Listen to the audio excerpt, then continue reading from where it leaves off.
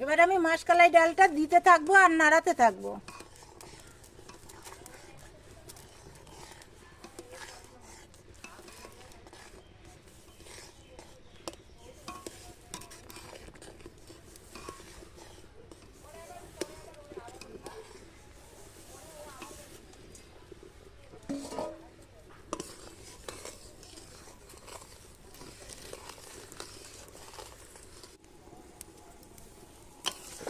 বন্ধুরা, ডালটা ফুটছে, এভাবে ফুটতে থাকুক। আমি খেতে গিয়ে কটা ধনেপাতা আনবো, তো চলো ধনেপাতা নিয়ে আসি।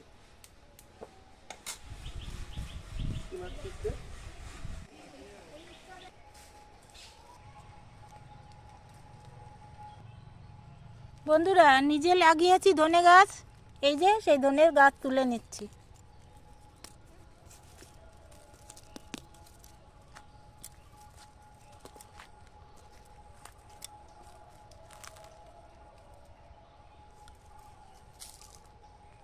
নিজের ক্ষেতেরটা বেশি নেব না, যে কটা তরকারিতে লাগবে সেই কটাই নেব।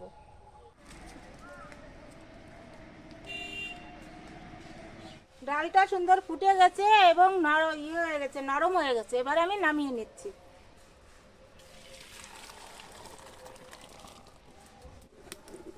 কড়াইতে তেল গরম হয়ে গেছে, দুটো শুকনো লঙ্কা, একটা তেজপাতা আর কয়েকটা গোটা জিরা ফোড়ন দিয়ে দিলাম।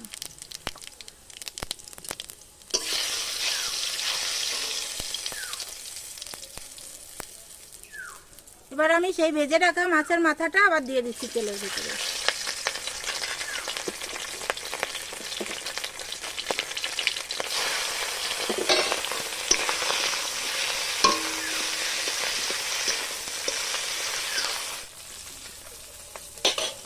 দেখো, মাছের মাথাটা সুন্দর করে ভেজে নিয়েছি। এবার আমি ডালটা ফোড়ন দিয়ে দিচ্ছি।